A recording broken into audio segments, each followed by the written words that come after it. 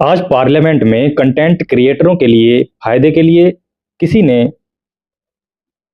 आवाज उठाई है। चलिए देखते हैं वह शख्स कौन है।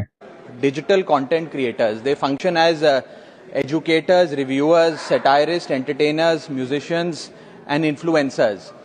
ये सही मायने में सर भारत के ग्रास रूट कम्युनिकेटर बन गए हैं और इनका यूट्यूब चैनल हो या इंस्टाग्राम पेज हो, ये इनके लिए सोर्स ऑफ एंटरटेनमेंट नहीं बल्कि इनकी सोर्स ऑफ इनकम है, इनका एसेट है। It is the fruit of their hard work.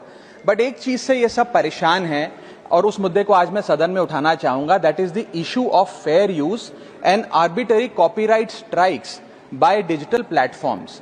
Sir होता क्या है कि अगर एक कंटेंट क्रिएटर कुछ सेकंड, चंद सेकंड, 2-3 सेकंड के लिए कॉपीराइटेड कंटेंट को रीपर्पस करके कमेंट्री, क्रिटिसिज्म, पैरोडी, एजुकेशनल या न्यूज रिपोर्टिंग पर्पसेस के लिए यूज करता है, चाहे वो क्रेडिट देता हो, उसको इंसिडेंटली यूज करता हो, कॉपीराइट स्ट्राइक मारकर उसके जो उसकी यूट्यूब चैनल है, प्रॉपर्टी है या इंस्टाग्राम पेज है, उसे वाइप आउट कर दिया जाता है और उसकी सालों की मेहनत चंद मिनटों में समाप्त हो जाती है। Sir, livelihoods must be decided by law and not by arbitrary algorithms.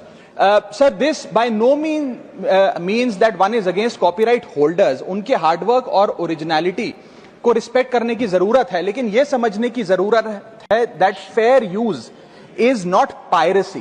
Fair use where sometimes the purpose of using this content is incidental or transformative must not tantamount to wiping out somebody's hard work. Sir, because innovation cannot grow in fear and creativity cannot survive under threat. India का copyright act sir 1957 में बना। एक ऐसे दौर में बना जब ना इंटरनेट था, ना कंप्यूटर थे, ना डिजिटल कंटेंट क्रिएटर्स थे, ना यूट्यूब, इंस्टाग्राम था। And this act lacks the very definition of digital creators.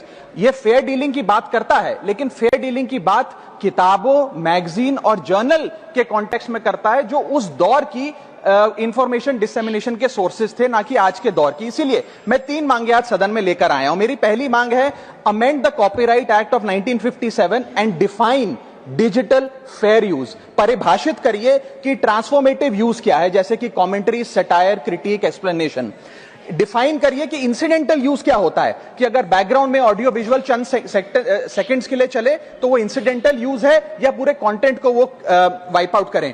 Proportionate use, educational use, public interest use and non commercial use की परिभाषा देने की आज आवश्यकता है। दूसरी मेरी मांग है sir, bring in the proportionality doctrine in copyright enforcement. कि बैकग्राउंड में मान लीजिए कुछ सेकंड के लिए कोई वीडियो और साउंड चला, उसका यह मतलब नहीं होना चाहिए कि कंटेंट क्रिएटर की सालों की मेहनत कुछ चंद सेकंड्स में समाप्त हो जाए। My third demand sir is that mandatory due process before take down.